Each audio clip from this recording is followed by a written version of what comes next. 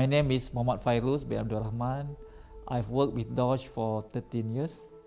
I'm in charge of the engineering section of the construction safety division. My main responsibility in this section would be to revise a new legislation, new guidelines, and also to monitor the enforcement activities at the state office. The general principle of prevention in construction was set out in European directive. It is a principle whereby the employer must consider when they are implementing preventive measures at their workplaces. So, in essence, there are 9 details, principle of general prevention, but they can be summarized into 3 simple steps. The first one is to avoid the risk. Avoid the risk is about perhaps you change your work methods or you substitute your substance from hazardous substance to a less hazardous substance. You change your process from dangerous process to a less dangerous process. You remove the hazards or risks from the workplaces. The second one, if you cannot avoid or eliminate the risk, you should evaluate the risk. Evaluate the risk whereby you have to conduct the risk assessment. From the risk assessment, then you can rank your risk, your hazard according to the priority. Which one will be more riskier than the other.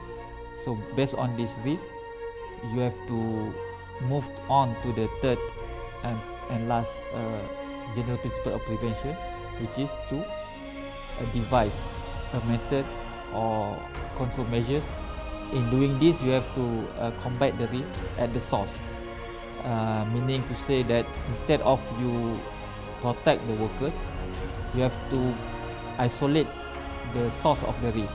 There are 2 issues that we need to be taken relating to this ERP. The first one is supervisory role. So you need to ensure that you have organization, you have people who will take responsibility during emergency procedures.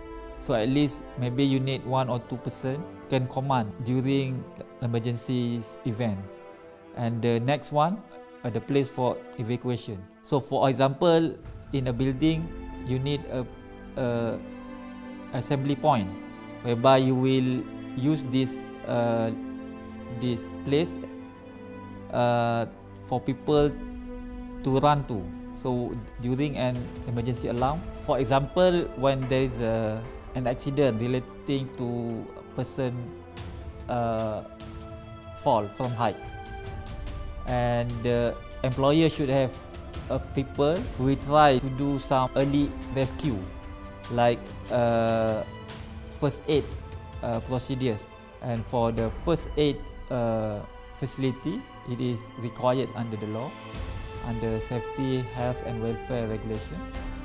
And for a certain number of workers, the employer is required by the law to train a number of workers to be certified to become the first aider. The clients, the owner of the project, the designers, the consultants and the contractors have to work together to address this issue. They have to communicate among them. They have to give information. They have to share information between them. They have to plan, monitor the work progresses. They have to ensure that everyone has the information that they need to do their work.